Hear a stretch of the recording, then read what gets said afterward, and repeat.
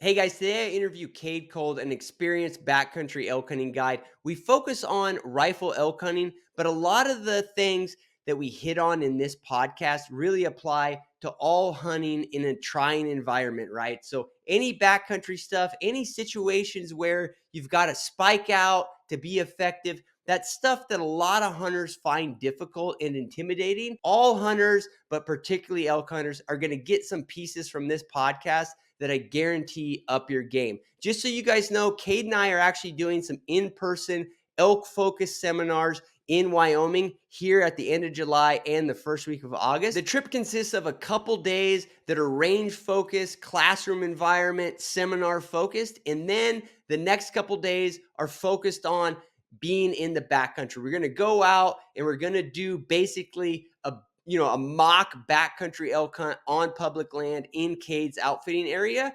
And that is going to be a great experience for you guys. In the field, you're going to see how we set up stocks, how we think about the wind, how we hunt elk. It's going to be a great adventure, guys. Hit me up, sign up. We'll have a good time. All right, guys, so I wanted to mention that I'm having these custom skinning knives made. These are called Cliff Skinner. I've got a whole bunch of reasons why I've had this knife made the way that it's made. Got a short video on the website. The details are there. Pursuitwithcliff.com. Click in the corner up by shop. You'll see Cliff Skinner. Click that puppy. You'll get all the details. Totally excited to have you on, Cade. So I don't know if you caught it, man, but I actually had Evan Coster on this last week, who guided for me for 6 or 7 years. And he's an elk guide that I feel like, has a ton of expertise, has really done the deal out there. But all we talked about is archery. And when I finished up that conversation, I'm like, I'm going to do this again. I'm going to get another elk hunting guide that knows what he's talking about, has a real history being out there, but we'll talk about rifle. You know what I mean? Okay. So I thought what we'll kind of focus on today is rifle. And what's cool, just a forewarning, and I hope it works out on this podcast, on this episode too, because it should, Cade. But that last episode I did with Evan, even though he doesn't have a gigantic following or anything like that, it was actually one of my most popular podcasts.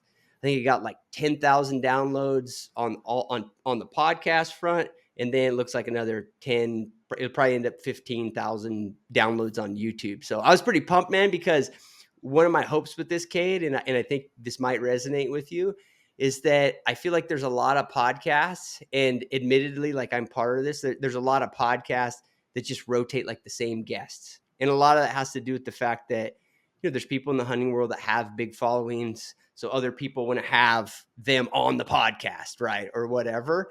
But I think it misses out on a lot of people that are in the field. So I hope with this podcast, what I'm trying to do, that I can bring in some guys that maybe don't have the most enormous, these giant followings in the field. And they can, share some stuff that's actually just straight up useful for guys wanting to hunt elk, wanting to hunt deer or whatever. So that was my hope with this, man. Sound good? Yeah, sounds great, man. Cool. So let's jump right into it, Cade. What does a Cade Cole elk hunt look like? Man, personal or guided? Personal. I guess the question is what's your style, man? Because I think you got a certain style. Yeah, I think you got the nostalgic elk style. That's why I'm asking. Right. Yeah, man. I'm a real proactive hunter when it comes to elk. I get bored. I get bored pretty easy. I can't force myself to sit and glass the same mountainside for days and days and days. So yeah, I'm definitely a pretty proactive hunter in that aspect. So I do a lot of run and gun with my binos. I'm always on my feet, and I'm always trying to find a new perspective. I do a lot of bouncing around. Maybe I, hunt one little patch, and then I try to, move 100 yards and pop up with my binos and try to get another perspective of the same meadow, or, just kind of hunt my way up those little mountainside meadows. I mean, a lot of the stuff in Wyoming that I hunt too is pretty high. The elk live pretty alpine, almost like sheep. So yeah, kind of getting into those high alpine meadows is really cool, and finding those elk in those places that maybe you don't think they should be. Sure. Yeah, and a lot of your stuff is really remote, right?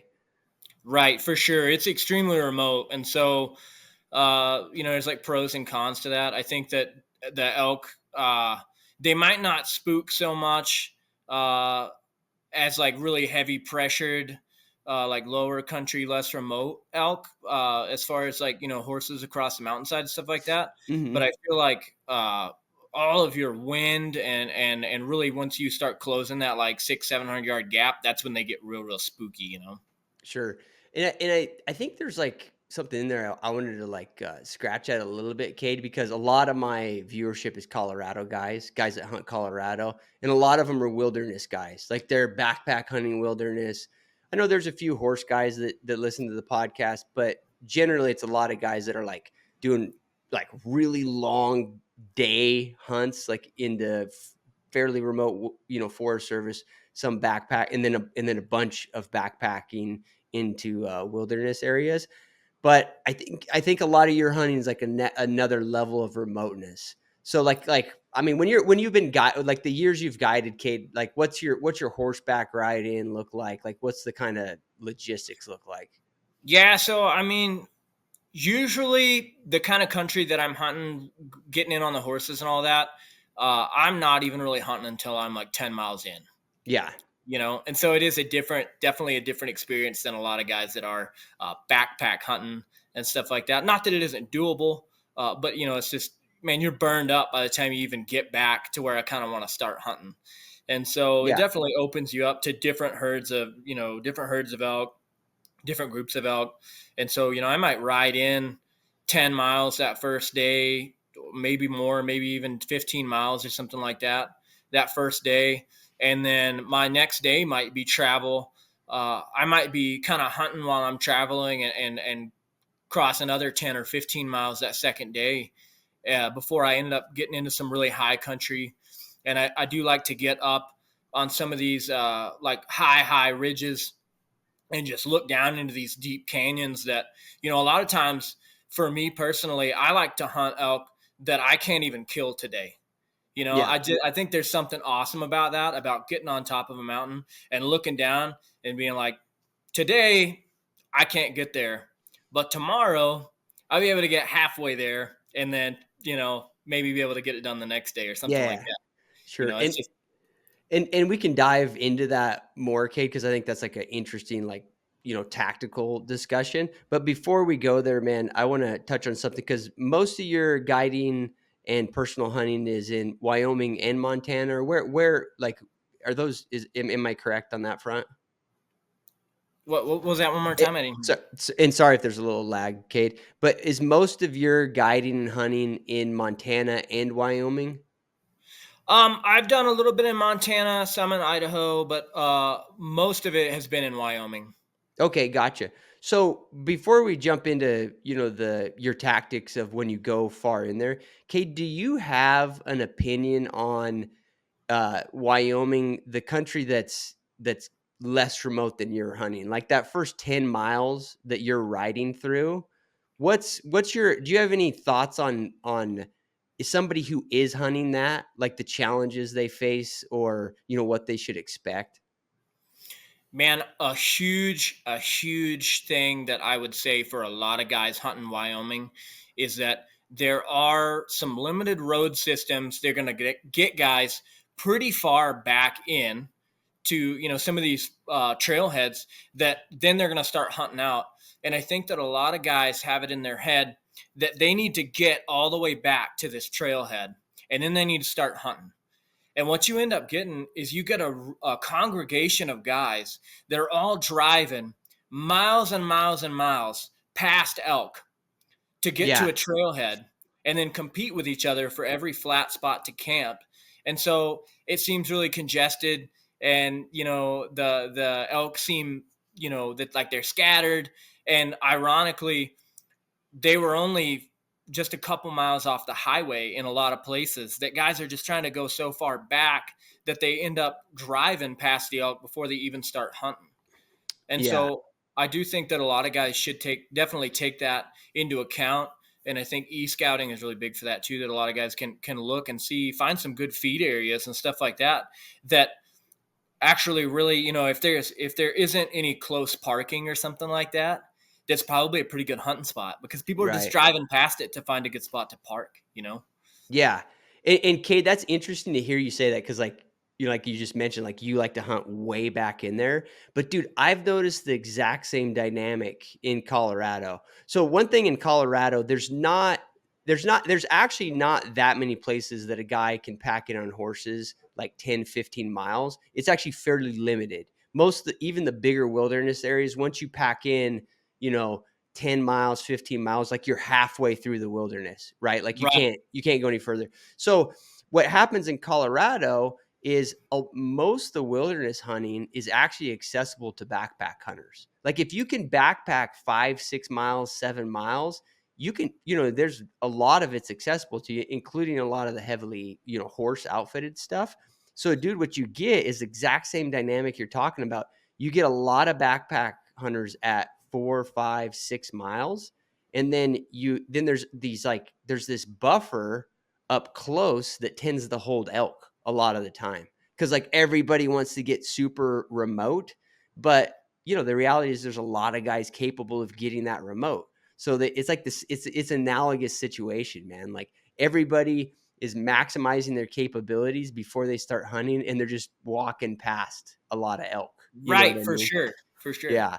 But what you're talking about, a lot of your hunting is interesting because it's beyond a backpacker's capability. Is that what you would say? Like most of the stuff that you're hunting horseback 10 miles plus, like you're not competing with many backpackers. Oh yeah, for sure. I mean, that type of hunting, it's not something to get back to those type of areas. It's not something you're going to be able to do out of your backpack unless you're like really hardcore. And even then, if you do kill an elk, how are you going to get him out?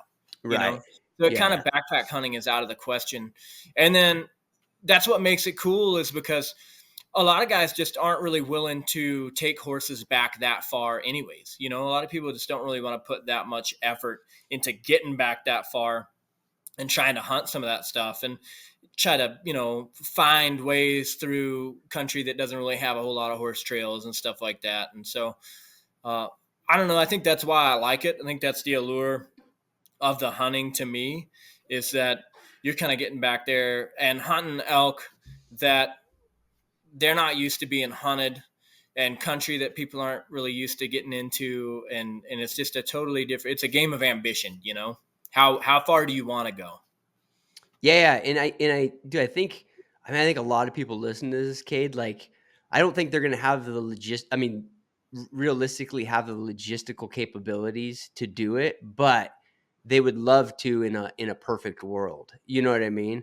Right. And so I think that's still like a very yeah, it's like the their ideal elk hunting situation, right? You ride horses and you use your pack stock to get beyond all the other pressure. And in a sense, it's like creating almost like it's like almost creating like a private land atmosphere due to what you're For willing to sure. take on. Yeah. For sure. In a lot of ways, I think there is that like advantage to that you're hunting elk that are probably acting more like elk should without modern hunting pressure. Yeah. And I think that that's kind of its own dynamic too. That you're creating that opportunity for yourself to get back and hunt stuff like that. But I mean, it does come at the cost of having to feed all those horses and having to put all that work in and everything. So it's definitely like a trade off. Yeah, sure. What are the big differences in your mind, Cade? Like the elk that you go in, I mean, I'm sure, over your years of, guiding and stuff, you have hunted some elk that get quite a bit of pressure. And then you've hunted, really remote elk that you've gone crazy far deep into. What are the big differences that you see between the two? Man, the biggest difference that I see between the extreme remote elk and the elk that do experience a lot of pressure is their vocality. I mean, these elk that are being hunted a lot, they're not nearly as vocal as the elk once you get back to those really remote places. And it seems like they're definitely a lot more wary about coming into calls and things like that. That they've burned a couple of archery hunters and they're got it figured out. They know that, hey man, that bugle didn't quite sound right. I'm gonna loop back around and see if I can win this guy. Yeah. Whereas you get in those extreme remote areas, and if you can get between a bull and his cows and bugle, I mean, the chances are he's going to come in, you know. Yeah, He's never been burned on that. His whole life, all he's experienced is that when he hears a bugle, it's an elk. And so sure. I think that that's a huge difference. Yeah, and you wonder also if it's not a function too of like the cows out there too. They're not used to it, or they're not as wary either because they're they haven't they don't deal with as much smelling Right. people Yeah, over the that's a years. big deal too. And I also kind of hitting off the cows there too. I feel like bulls don't trust the cows as much in those extreme like wilderness areas too, because it seems like you get a jumpy old cow somewhere that's getting a lot of pressure, and the bull knows like, hey, she knows what's up. She's been keeping us all alive. Yeah, but if you're Yeah, back yeah. there, yeah, exactly. She's what's keeping everybody alive. But you get back into the super remote areas, and she thinks something up, and he's like, "Well, what's the worst could it be?" And maybe he might come check it out. Oh yeah, yeah. That's a really interesting perspective. It's like, yeah, it's like in an area where elk are just generally skittish because they get the shit hunted out of them. When an elk, one bark out of an elk and like they're not questioning. They're like rolling out. Right, Yeah, but you're saying like these elk that are less pressured, like they'll kind of almost ignore her a little bit. And it's funny you say. I mean, I've seen that. I mean, I've guide on some pretty nice private ranches. That's the same dynamic. That's like a big difference that I've seen. right. It's interesting how you put it, Cade. Like it's like a trust thing almost. I've never really thought about that way. That's like a perfectly reasonable explanation for it. But I know the dynamic you're talking about.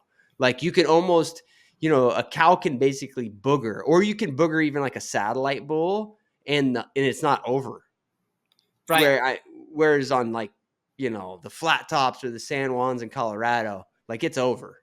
A one right, elk booger's like it's over. Like you might as well just, you know, you can right. pray they're hanging around, but they're not. You know what I mean? Yeah, yeah. Yeah, So yeah.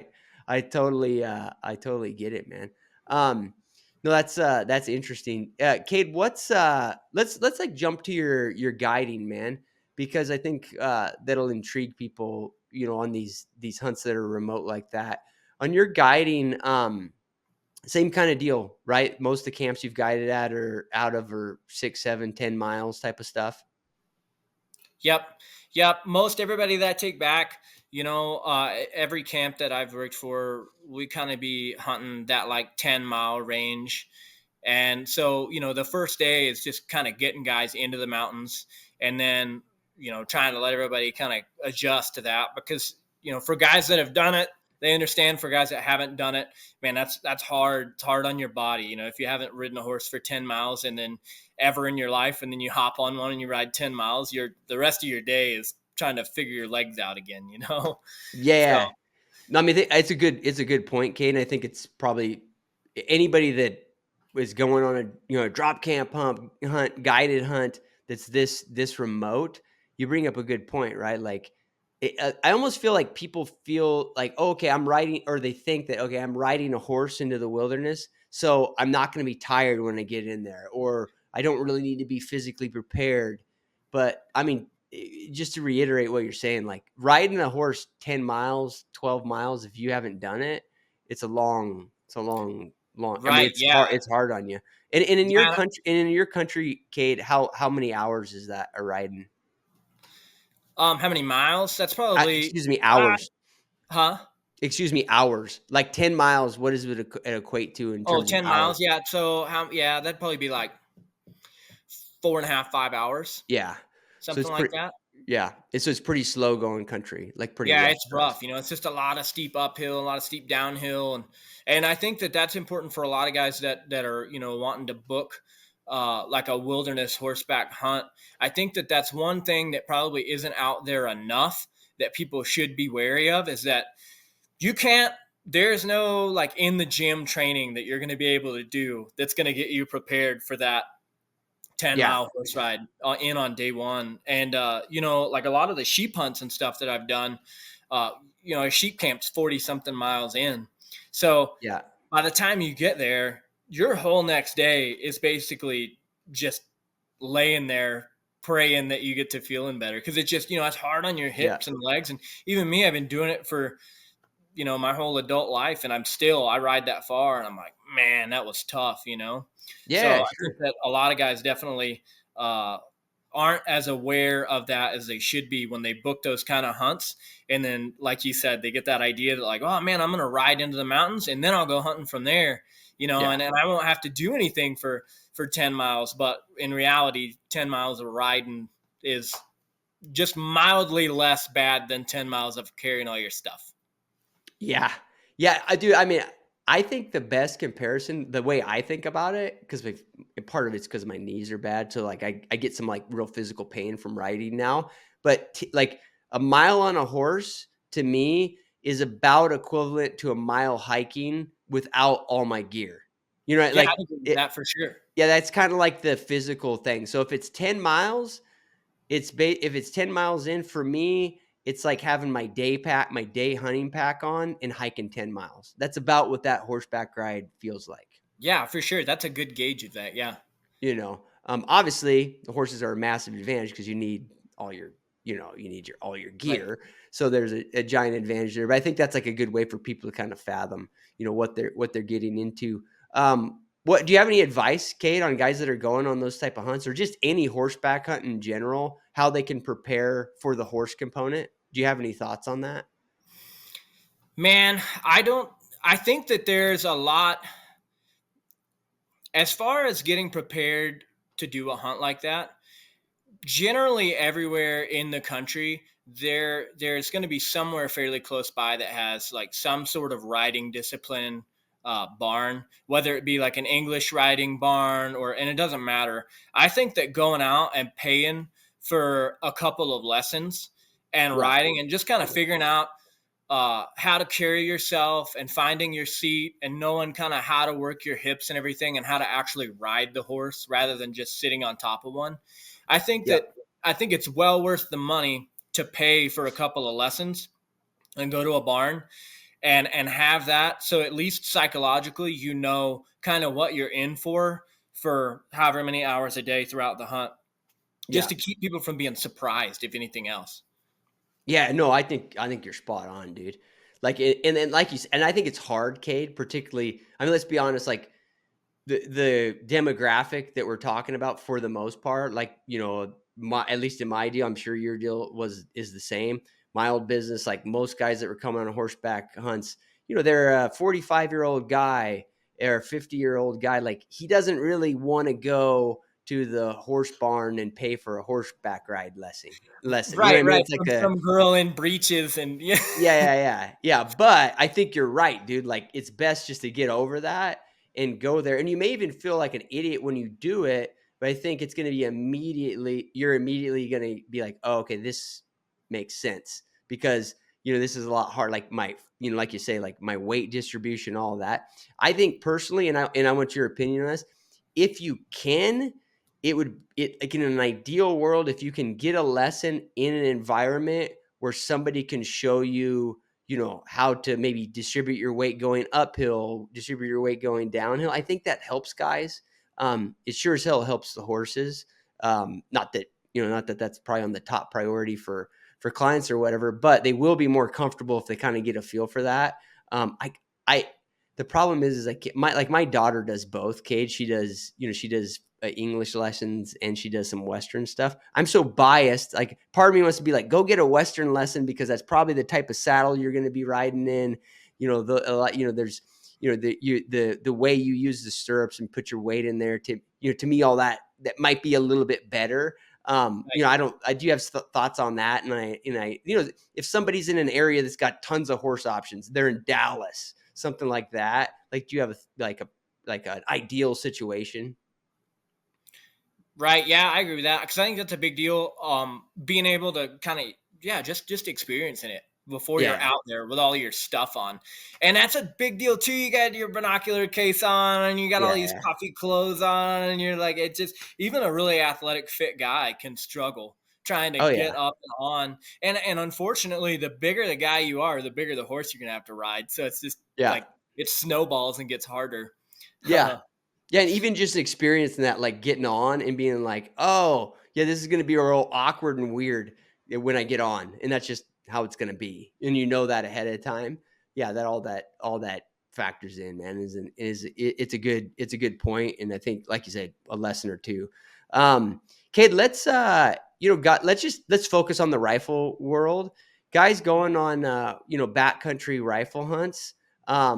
What's your thoughts on gear, man? Let's do this. I'm gonna make this question difficult, Cade. I want to hear some most overrated gear for backcountry rifle elk hunts, and then some most underrated gear.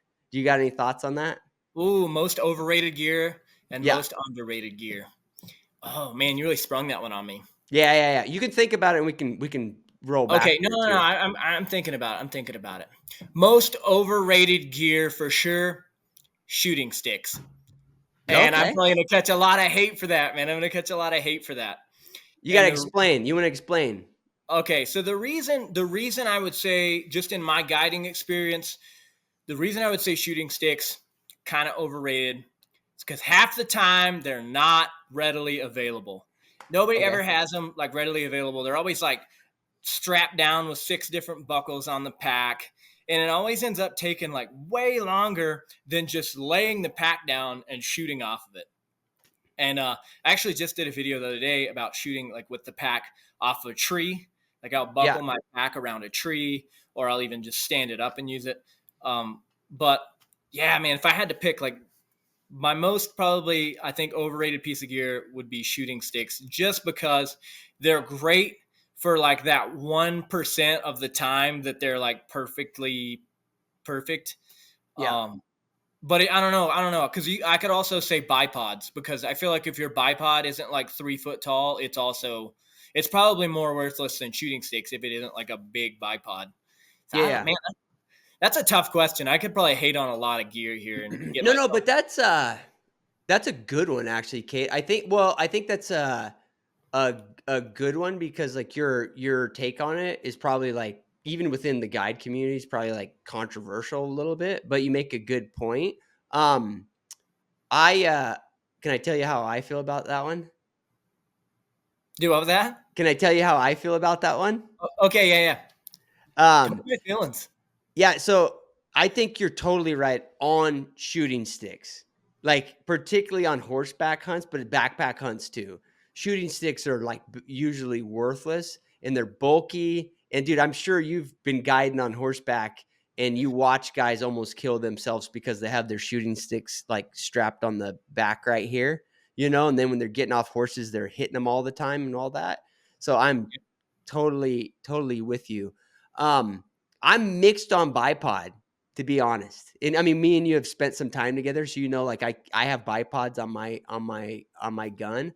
Um, but the bipods I use, Cade, I will, and it's weird because like I have a lot of people have sent me bipods because I got videos on them and stuff, and some of them they're all great. Like now there's like all this high tech shit. They're all lightweight. They're all awesome. They're all durable, but a lot of them you can't shoot. You can only shoot prone with them. You know what I Right. mean? And even like the medium ones or whatever from different brands, you can still only shoot prone. And I am totally with you that for the type of these type of mountain hunts and stuff, why would you not just shoot off your backpack?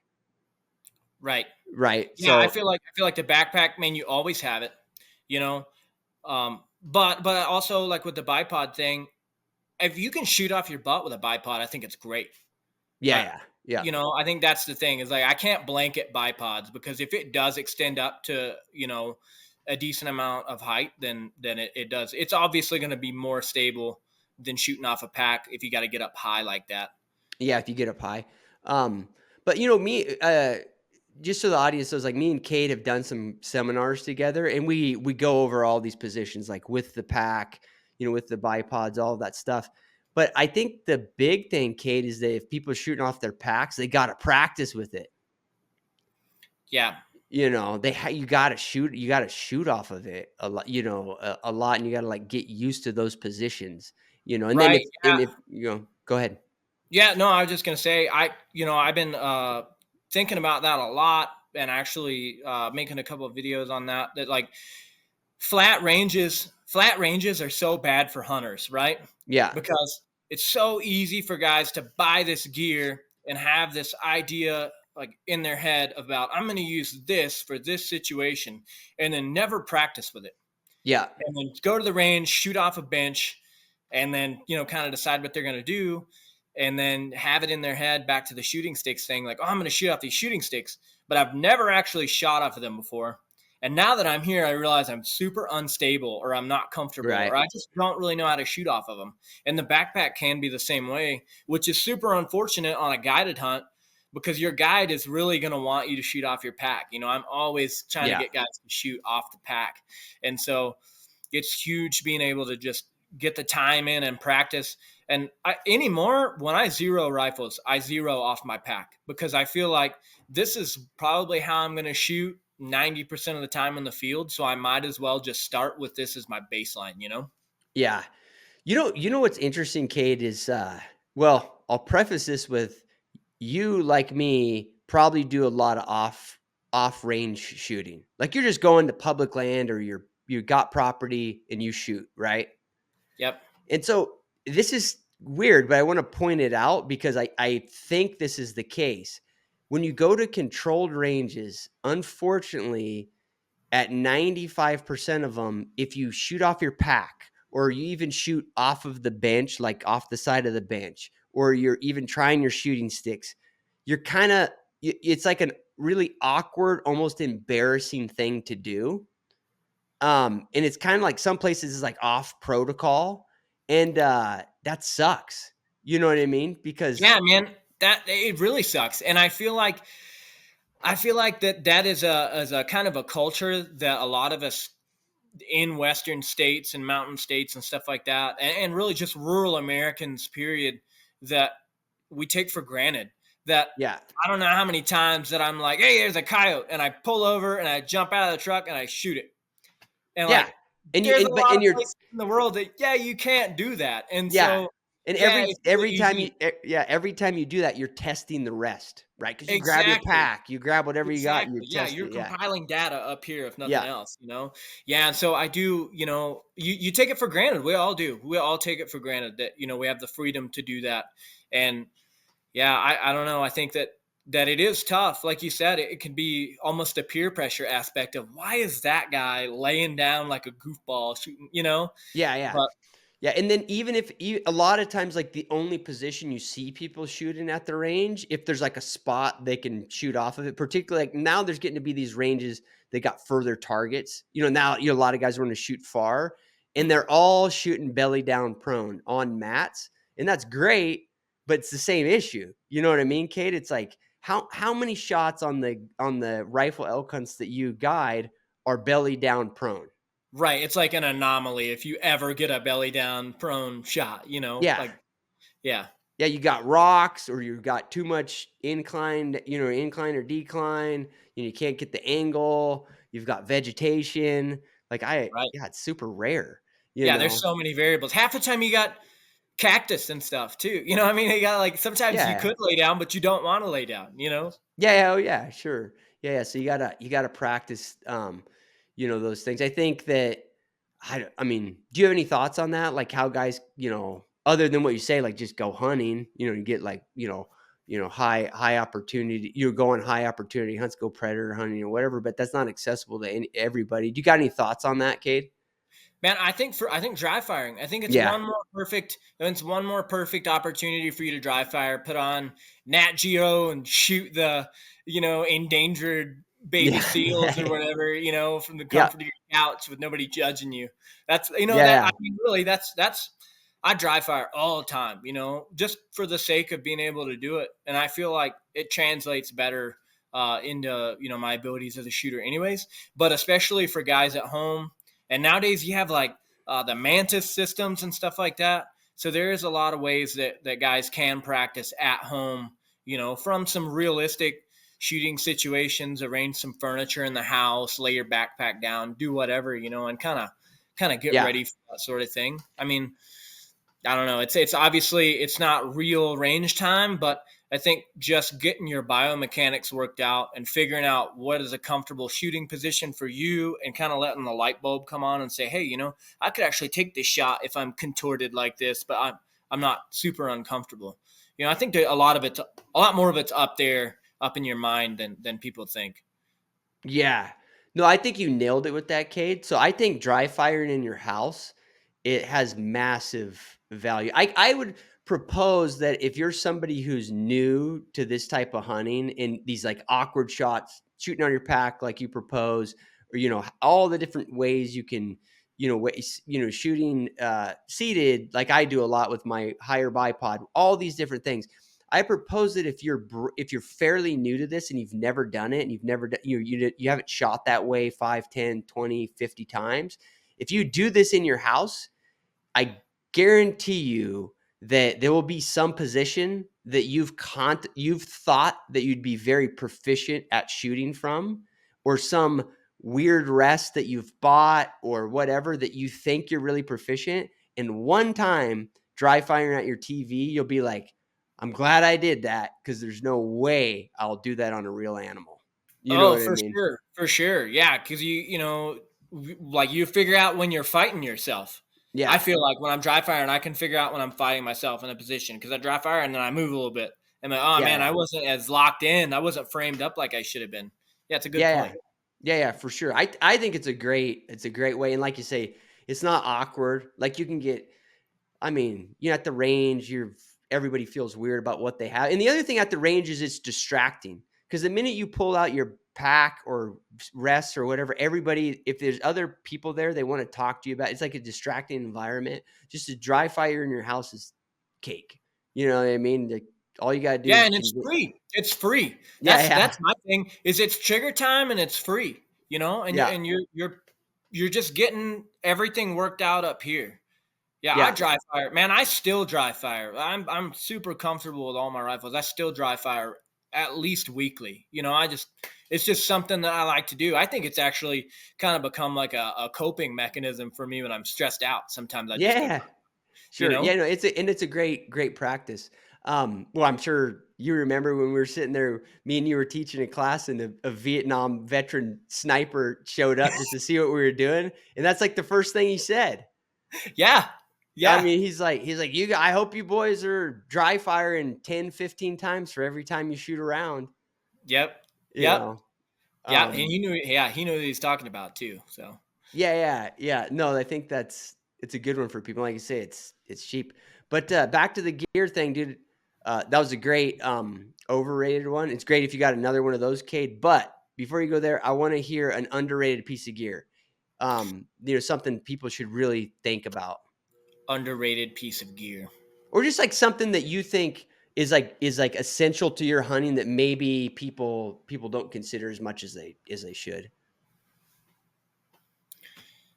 Man, I'm trying to think here. Because there's got to be something that, like, man, I probably. Well, while you're thinking about it, Cade, I want people to understand something about you because I've hunted with you. Um, you're not the type of guy who's head to toe in Sitka, head to toe in Kuyu, um, you know, carrying a $20,000 rifle. But at the same time, I would consider you very equipped. You know what I mean? Like you've got what you need, and you've got like your system dialed. And Right, yeah, I'm so, like mismatch man. yeah, yeah, yeah, but that's just because you have your system, right? And you like Right, know what works. Um, so I think that's why I asked you the question, cases like I'm always, guys that are that way, and I'm a little bit of that way too. I'm kind of like setting my ways. I don't really think about gear that much. You know what I mean? right, But there's probably little things that that there. I guess there's like for me, there's little things that people might overlook. You know what I mean? Or they like they'd rather think about their rifle rather than right, X, Y, Z right. or something I like can think that. of two. I think I can think of two pieces of off the wall gear that I never ever go without. Okay, Uh, yeah, and I wouldn't say maybe even off the wall. One of them I yeah, think should sure. be standard, but I do carry a USGI poncho. Okay. 24/7, 365. It doesn't matter if I'm hunting or I'm not hunting. I always have. I've got them stashed everywhere. How Man, I much had do how much do they cost, Kate? How much do they uh, cost? How much do they cost? like 24.99, something like that. Like it's like a high end, rip stop. Yeah, yeah. USDI poncho costs you like $25 at any surplus store or online or anything like that. And man, I use them for glass and tarps. I've used them for shelters. I've used them for raincoats as they're intended. A lot of times I'll just wrap my sleeping bag up with it because I try to stay pretty minimalist. But man, it's a piece of gear that I feel like I don't see a lot of people carry ponchos anymore. I feel like a lot of guys are just kind of running Yep. rain gear and then maybe like backpack tents and stuff like that. And the poncho is so versatile and it weighs hardly nothing and it, kind of packs up to just a little, a Yeah. nice little like coffee cup size in my pack.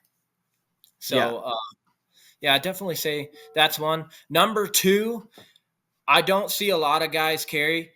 I carry a rifle cleaning kit all the Okay. time. I have lens wipes and Hops number 9 and a bore snake and a little bit of oil.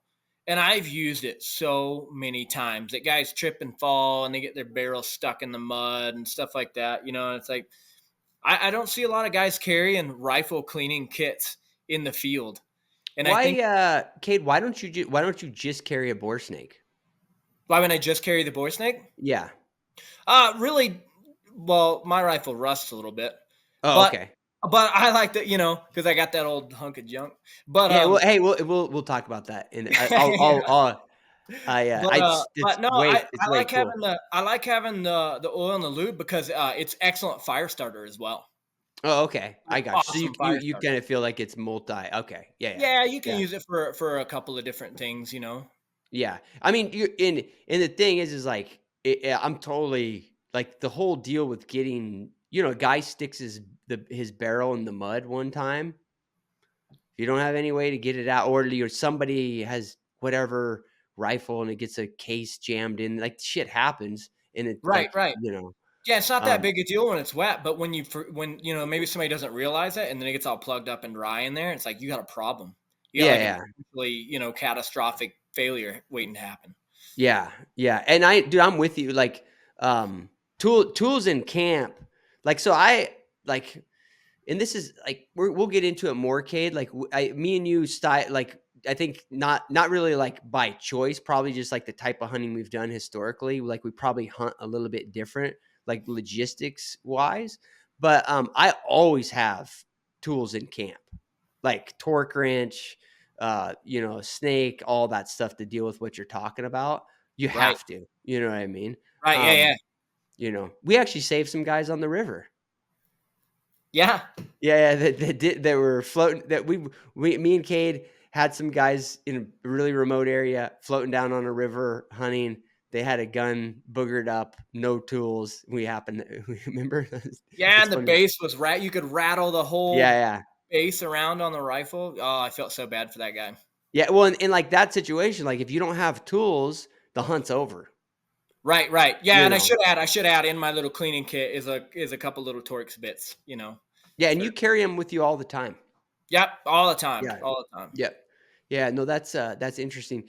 And yeah, those are good ones, Cade.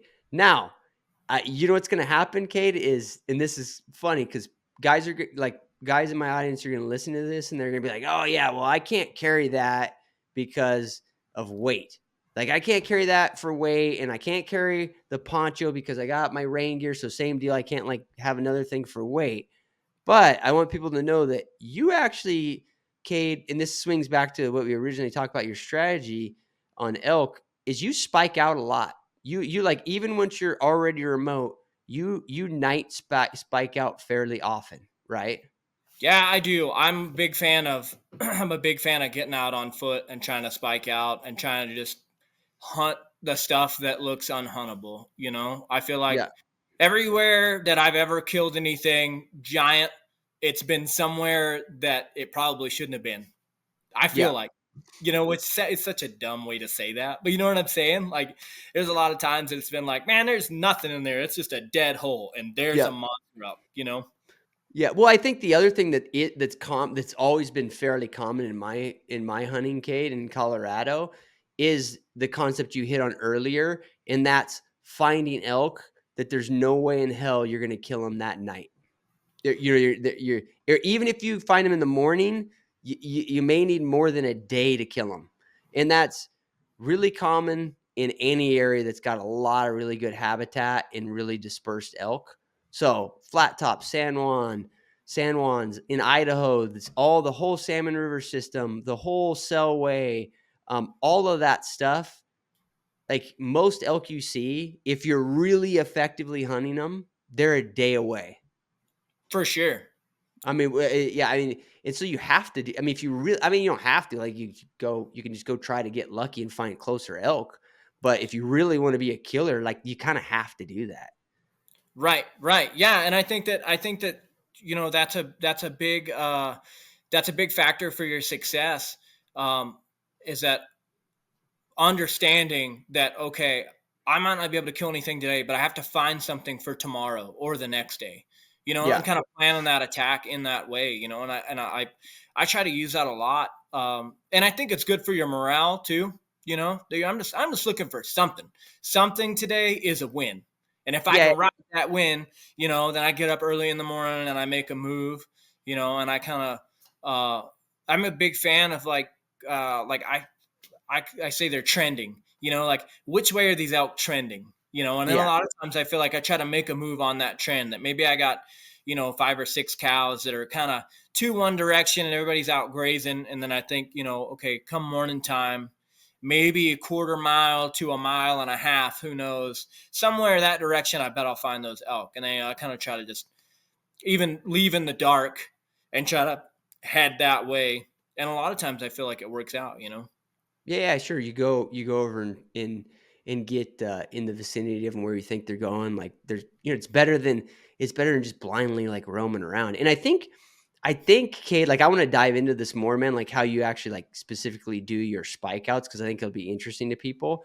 But I think that if I noticed this when I was guiding horseback a lot, and it's a little bit analogous because if you got horses during the day, you're if you got when you're guiding horseback, there's lots of downsides, but one positive side is that I could get up in the morning, get to a really high glassing point, like where I'm look, I could find elk 3 miles away, and people are weird about that, Cade. People will be like, "Well, I can't. Why would you glass 3 miles away? You can't see anything." Nah, dude, elk like if they're walking around. They're big animals. Like you can see them from that far. In particular, if you got good optics and stuff. Oh But yeah. anyway, so I would get to spots with my horses, and then the horses, it's a little bit different in the country that you've hunted, but like the flat tops, once you're up high, because you're hunting plateaus, I mean, you can haul ass on horses. Like once you're up there, because you're not getting them whooped with the elevation grade, it's just flat. So you can be really effective. And I think that it's analogous to what you're saying. If you're willing to spike out and you feel capable of just going and spending the night under a tarp or a little backpack tent or whatever, you're much more likely to go glass from spots that are way more effective. And just to find, just like you say, just something, just a cow that's halfway out of the timber 3 miles away, that's 50 times better than no elk for 5 days. Oh, for sure, for sure. And I think that is a huge advantage to having horses, that you can cover that ground, get Sure. past dead country, find something. Okay, I got a win today, and then like you said, cover a lot of ground tomorrow. Now I'm on top of them. And then not Right. that you can't do that backpack hunting too. You can, I mean, it just Well, you just and the thing is if you're backpack hunting and you're not willing to get away from like your base camp, or even if you're just like somebody dropped you in a drop camp or you have like an established camp somewhere, if you're not willing to go spike out for a night away from like all your gear, you really can't. It's much harder to do that. But if you're willing to do that, like go spend the night, really kind of roughing it, your effectiveness goes way up. And I know you do that a lot, Cade. So I want to hear, dude, you're on a glassy knob at 10 o'clock, right? Right before you're like about to call the morning, let's say, and you find some elk 3 miles away down into a river drainage. Let's say like one of the river drainages that me and you have spent time in. So a big old bastard where you have to go way down, way up to get to these elk, and you can't do it today. What does that look like? I want to go through everything, Cade, like to the extent you can recall. Like, what's your system like? What gear do you make sure you bring? How do you set up your little spike camp? And then, how do you effectively kind of go after those elk? Yeah, so for myself, if I've got to really go all out and I've got a bull that I'm not going to be able to get to until tomorrow, a lot of times I'll just kind of look at my gear and I'll say, okay, all right, what is necessary for emergency situations? And then how can I lighten my load kind of with some stuff that's maybe not so important? And Yeah. a lot of times I try to shave down to like that's where the poncho comes in handy. I can wrap my sleeping bag up in that poncho and be ready to have plenty of fire starters and stuff that, if it comes a downpour, I'm greedy. I'm greedy. I'll build a fire and sit by that fire all night long if that's what it takes for me to go kill a big bull elk in the morning. I Yeah. mean, that's just kind of the reality of it. And so, I'll trim down to kind of one. I want to make sure I have food, obviously, but I'm going to trim down to like the bare minimum, my poncho and rain gear, and have my sleeping bag and just the very very bare essentials. And then I'm going to watch that elk. I'm going to watch him disappear. If I can put him to bed, that to me is huge, especially if I can find some thick nasty dark timber where I know he's going to go hide, he's going to go lay down, and that he's probably isn't going to come out until that last 15 minutes of dark, something like that. Yeah. I'm going to look across that canyon, try to use my rangefinder, try to get a range, and then I'll estimate how fast do I move and how far do I think I can make it for me to find a good glassing spot where I can look down into that spot that he's at. And for me, I feel like it adds a lot of success to my hunting by just being willing to say that, like, I'm going to set my camp up in the pitch black if I have to, and I'm going to sacrifice a little bit of comfort for a little bit of glassing time. And Yeah. so, I'll really push it physically if I have to be able to get down, get across, find a spot that I can maybe glass. And if I don't see anything, at least I know that I tried my best. And, Yeah. Now, and then yeah.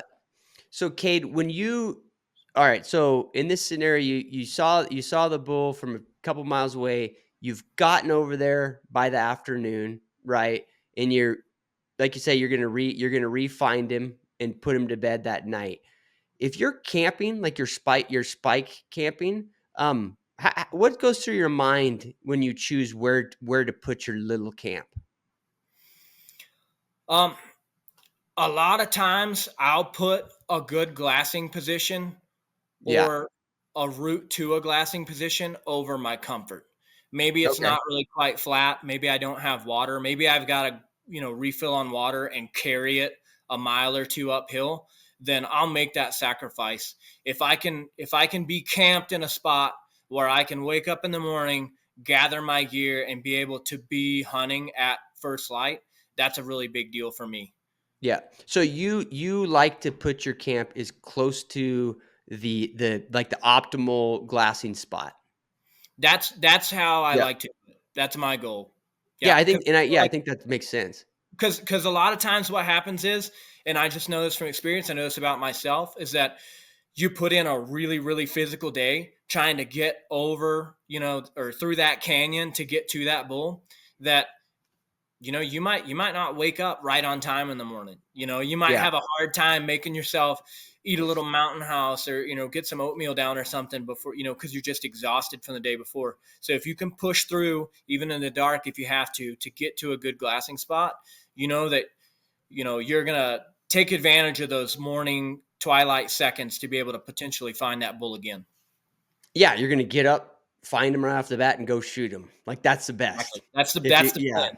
Yeah, that's the best. You don't really want a whole lot of, like, logistics in the morning because, like you say, you can get up a little late or you're already exhausted or whatever, just the realities of these things. But also you're all of a sudden you're moving around a lot. You know what I mean? If you're in the vicinity, like now all Right. of a sudden, like you're hiking before, like you could, all these things are like not the greatest, hunting tactic. You kind of want to be somewhere, be able to relocate them. And man, I feel like in most topographies, Cade, like I'm totally guilty of this, is finding elk from a long ways away, knowing exactly where they're at. Like I've hunted it before. I know exactly, the stringer of timber those bulls are in. We're gonna haul ass over there. We're gonna spike camp near there in the morning, like you say. We're gonna be at a glassing spot. We're gonna be able to see them from there. I get over there and it's already dark. So instead of going to the glassing spot and camping at the glassing spot, we camp low. And then the next morning, I get I get halfway to the glassing spot and I think I'm like, you know what? We don't need to go up there because I think I can see them from here. And then I never find them. And I know in my heart of hearts that there's a damn good chance if I got where I should have got, I can see them. Like I guess what I'm getting at is when you get closer to animals, they actually are harder to see if you don't have elevation. You know what I For mean? They can be right there and you can cheat yourself. You know what I mean? Oh yeah, for sure, having that perspective, and then Yeah. you find a lot of animals too when you're in that twilight and you're in the evening and you're trying to get to a glassing spot where and you might pass them on your Yeah. way to your glassing spot, and so Yeah. you never know. It's kind of tough in that. So I feel like the further you can get while you know exactly where they were before they had 9 hours, 10 hours, or Yeah. however long to walk around in the dark and potentially move, that you've at least narrowed down that little radius that they could be in by a lot. Yeah. Yeah. And then you're in a money spot first thing to re-find them. Exactly. That's huge. Yeah. No, I totally agree. But I think it's one of those things, Kate, I find that, and even personally, I catch it early, but I see it in clients all the time. Most people don't want to do that. Most people don't. They don't want to leave they don't want to go spike out. Um, is there personally? I think just people the best approach to get over that is just to just do it a bunch of times, then you feel like comfortable. Do you have any other thoughts on that? Like how somebody can get better at that tactic other than just trying it? Yeah, I don't know, man. That's kind of just something you gotta. In my opinion, I think you just gotta dive into, right? Yeah. Mhm. I think. Have you noticed, like, clients that you've guided feeling, like, kinda not wanting to do it with you? Oh, for sure. A lot of times Yeah. I have to talk. A lot of times I have to talk guys into it, and they're really apprehensive. And the way I try to tell them is like, "Hey, look, man. This is a once in a lifetime experience. Every hunt you go on is a once in a lifetime experience because the next one is not going to be the same. Right. And so, the difference between, having killing a monster or striking out, we're not sure. But I know for sure that you're not going to kill anything, if you don't at least try. Yeah. So it's better to just, I don't know. I think it's better to just dive in. And I feel like probably 90% of everybody that I've ever said, hey, let's just do it, they loved it. And they got Yeah. out and spiked and they got themselves outside of their comfort zone. And getting out of your comfort zone is, for most people, is a lot of fun. And that kind of really is what makes the experience for them. Yeah. Yeah, yeah. And the reality is what I've always used, Cade, in my own thought process, but with clients always, is like, look, the chances like, if you got the bare minimums and you can start a fire, like, you might not get much sleep, but you're not gonna die. You No, know what I no. mean? And it sounds crazy, but I think, and I don't think people like overtly think that, like, oh crap, I'll die if I do that. I think it's like their brain tells them like, oh, there's like risk in that, or it's gonna suck so bad. But it's like this feeling of like despair, and it's like, nope, not gonna Yeah. die. And I think it's liberating. I think it's Yeah, liberating yeah, being yeah, like so miserably uncomfortable like that. And then you realize that you're okay.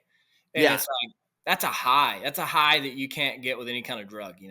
Yeah, yeah, dude. I got to tell this story, man. But when I bought my outfitting area, Cade, I had some clientele that had been there for years. Like I had a couple guys who had guided or had gone on drop camps in the area that I purchased, like for 20 years before I bought it, and then they went for like 8 of the years that I bought it, and then they were older guys.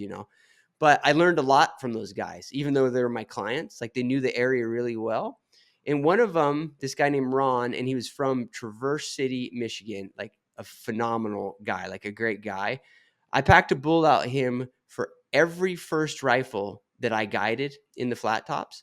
And that's like saying something, because those elk are like get the shit hunt out of them.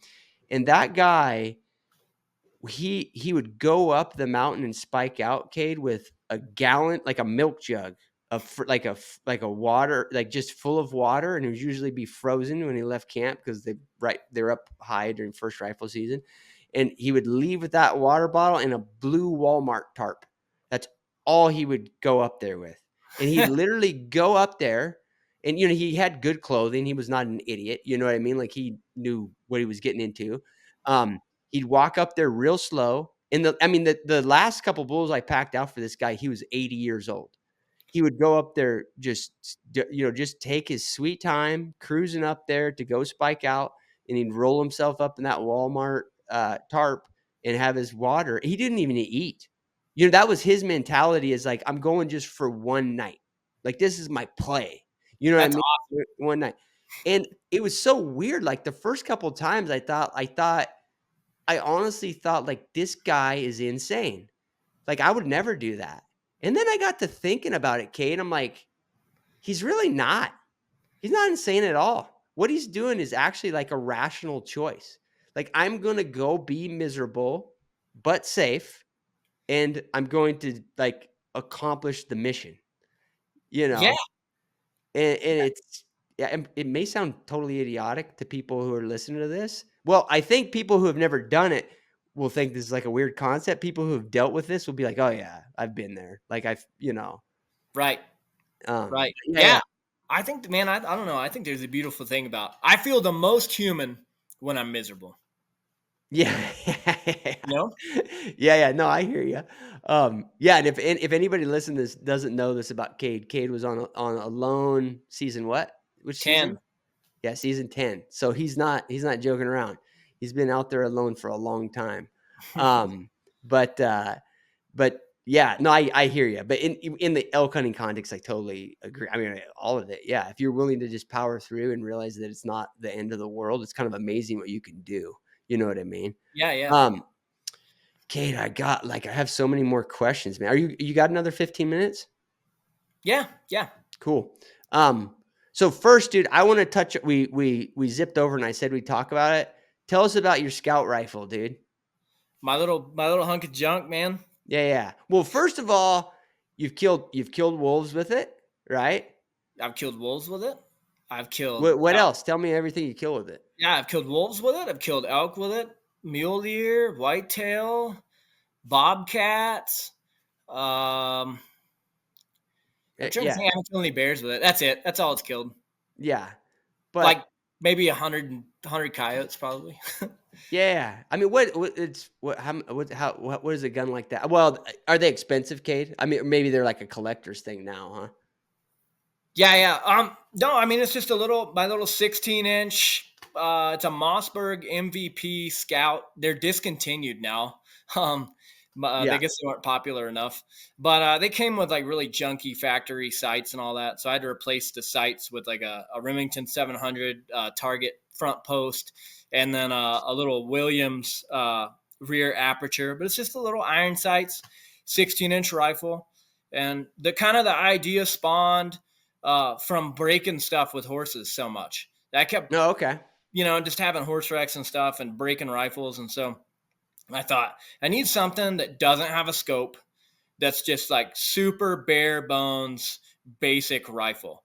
And then I put it together and I started thinking, like, this thing's kind of cool looking. And I started shooting it. And, I was able to hit out, 300 yards, 400 yards with it, stuff like that. And so yeah, I just figured, you know what? I don't really need anything else to go hunting with. And so that rifle, I got a custom scabbard built for my saddle. And I haven't killed a game animal with any other rifle in like 5 years. Yeah, that's amazing, man. And I've seen you shoot it. It's amazing how accurate you are. At reasonable hunting distances, and we'll kind of save, I think, that discussion for another podcast, because we could spend a whole time talking about just all of that, like a lot of the marksmanship stuff. But Yeah. you're effective with it, man. And and I don't mean this in like an offensive way at all, Cade. Like because I want to get like your gut feel or your gut answer on this. But do you feel like shooting that gun, you're trying to prove something? Um, uh, um, yes and no. So I think that it's kind of tongue in cheek, right? Is that I don't really have anything against modern rifles and optics at all. I think they're Sure. incredible. Um, but I do think it's kind of almost like my tribute to the old days, and that we definitely live in a culture now, especially the hunting culture has kind of evolved to be gear centric, and it seems like in a lot of ways, in a lot of aspects, hunting has become a lot more about gear than it has become about hunting, and I feel like Yeah. the focus has changed a little bit, and so if you hop on any hunting forum, you're going to have 10,000 questions about boots and rifles and packs and all these things. And it seems to me like you're going to find more people asking questions about boots and packs than you are going to have people asking questions about like bedding habits and preferred feed sources and stuff like that.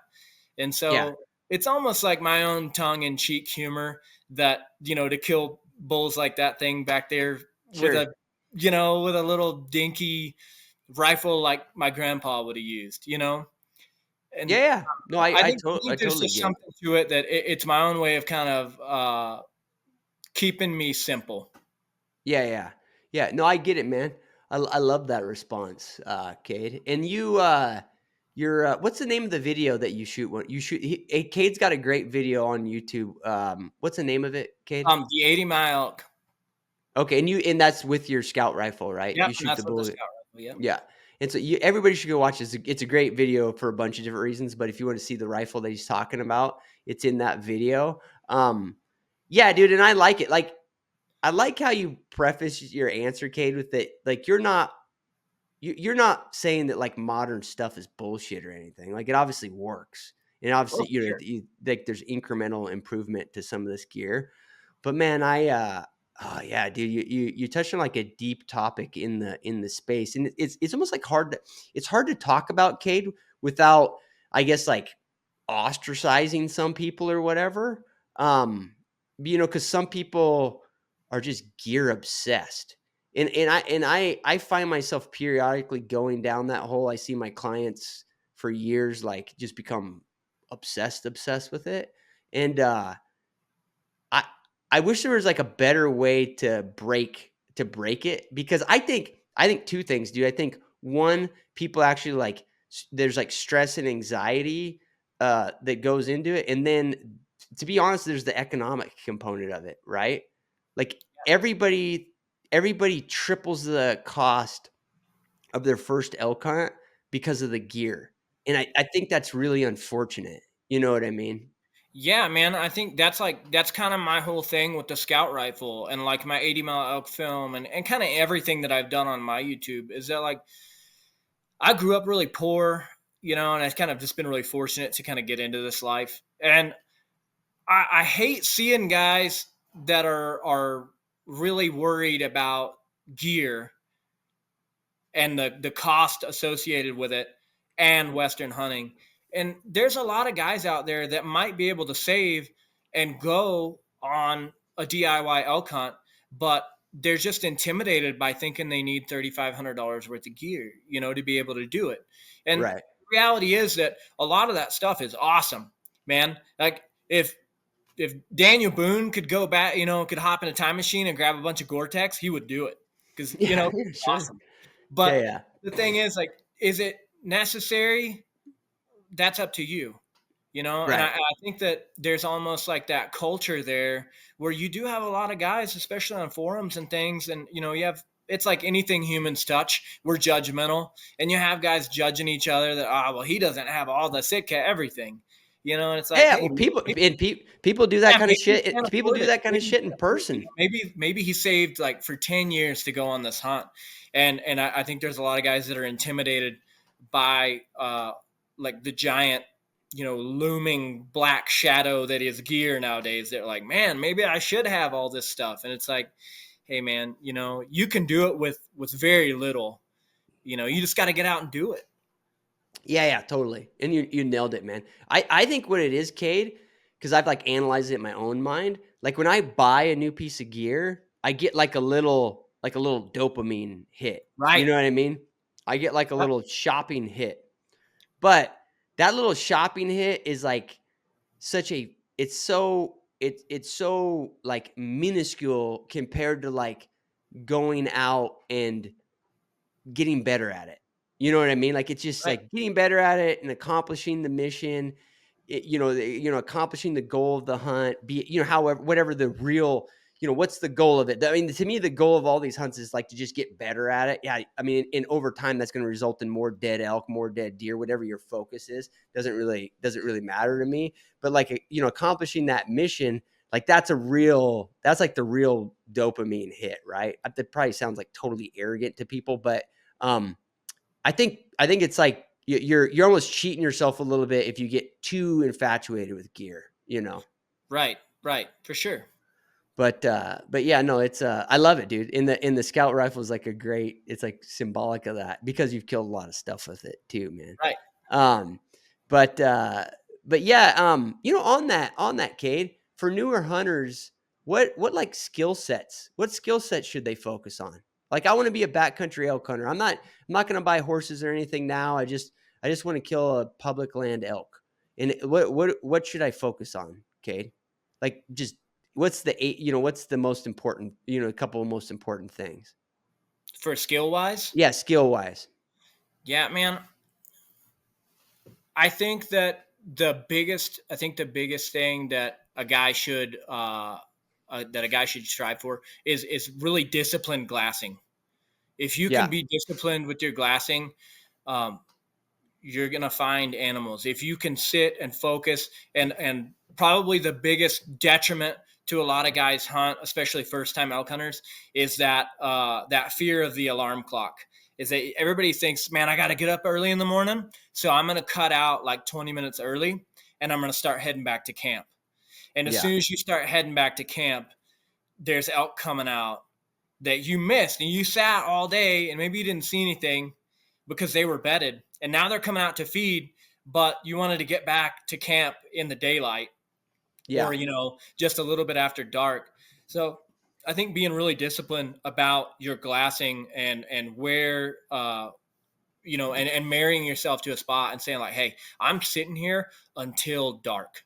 And I don't Yeah. really know if you could call that necessarily as much of a skill as you could a discipline, but you Yeah. know yeah. No, it's a good one, man. And I know we were actually talking about this with John, who was on the last seminar we did, right? Yep.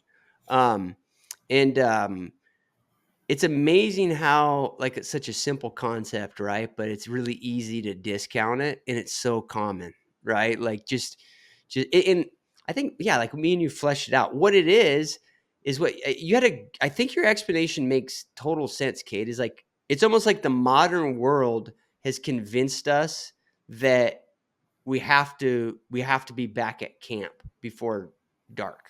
You know what I Yeah. mean?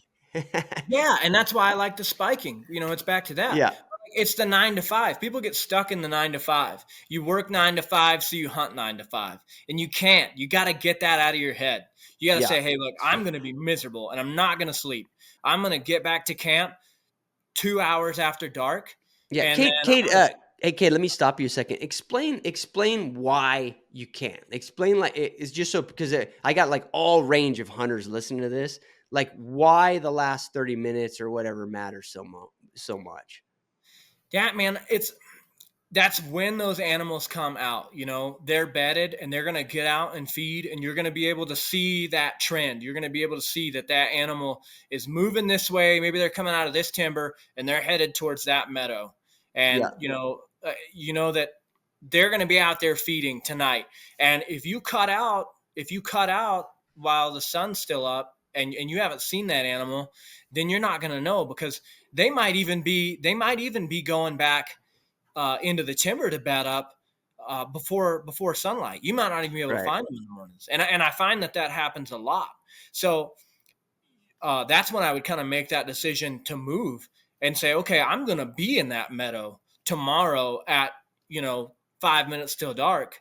And I've killed a lot of elk that way that, Yeah. I haven't seen him, but I know he's going to that meadow. And if I wasn't spending those last 15, 30 minutes of daylight, till absolute dark, I can't tell you how many elk I have spotted at just seconds until it was too dark for me to even be able to see them through my spot and scope, you Yeah. know? Yeah, like the value of that information during those prime times all the way up till dark is huge. And it crosses, I mean, most species, right, Kate? I mean, the spring bears are freaking the epitome of it. Right. Yeah. I They're mean, bears are like, I feel like that's everyday bear hunting, right? Yeah. Yeah, like, that's when you get your information. It's like the way I would put it, man, like, I wake up in my tent in the mountains, right? And, like, the mountain spirit shows up, and they're like, "Cliff, I'm gonna give you 2 options. You can only choose one. You can go glass for 6 hours, but you can't glass the last hour and a half of the day. Or I'll let you glass the last 20 minutes of the day. You can only choose one or the other." It'd uniformly always be the latter. It would always be the last 15 minutes. I would take the last 15 minutes over glassing for 6 hours outside of the last 2 hours. Yeah, for sure. And like we talked about it during those seminars that like, out of a 7-day hunt, you get like 20 hours of hunting. Yeah. That like of actual hunting, and you just have to accept that for what it is. And like you said, I know that I got this much day, but I've only got this much valuable time at the end of every day, or the very beginning. And that's when Yeah. that's where you have to make your decisions. Yeah, for sure. Yeah, and so many people like you mentioned, man, they cut that off. They like go back to camp 15, 20 minutes early. And it's like, I hate to say it, Cade, because I think there's elk hunters, dude, that have been hunting for 10, 20 years, and they've chopped off, you know, like dozens of really good hunts in a cumulative amount of time that they went home to bed early. It's so Right. Right. weird, you know. Yeah. Yeah. But it's a giant one, man. Um, I that's gonna be our last serious one, dude. But I gotta ask you one more, dude. Horses, mules, or llamas? Mule. Like it, dude. I I'm a like it. Molly mule guy, man. Good deal. You wanna expand on that? You just wanna leave it simple. You just you I've you just tried wanna all. leave with the I've tried all of correct them. answer. Yeah. No, I like it. I'm gonna interview. I'm gonna get Jordan on here pretty soon. I'm gonna ask Good. him the same. I'm gonna ask him the same question, but I'm not letting him get away with a simple explanation of llamas. All right. But Kate, let everybody know where they can follow you, man. Everybody go watch his YouTube video because that thing's awesome, and go subscribe to his channel too. But let everybody know where else they can follow you, man. Oh, what was that? I'm sorry, I lost you there. Sorry. Let everybody know where else they can find you other than YouTube. Oh, I'm on Instagram and Facebook as Cade Cole. And then obviously YouTube is Cade Cole as well. Real original there. Yeah, Um, cool. you guys can find me anywhere there. Feel free to shoot me a message or tell me you think I'm wrong about any of my opinions here. I'm sure you'll get a couple, but that's all right, man.